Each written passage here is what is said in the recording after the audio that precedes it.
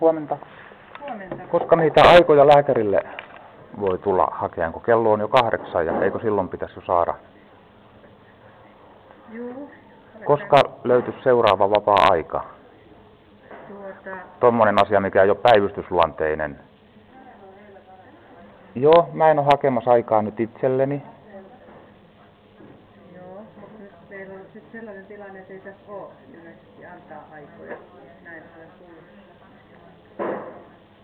Niin, eli no Nakkila on sitten. Joo, Nakkila on aikoja. Mutta jos ei ole mahdollista kulkea muulle paikkakunnalle, eli tarvitsisi löytää tähän Harjavalla terveyskeskukseen aika. Mä otan tässä videokuvaa. Joo, en mä antanut lupaa, mua nyt videoida. En mä tarvitse siihen sun lupaa, sä oot julkisessa paikassa, julkisessa tehtävässä.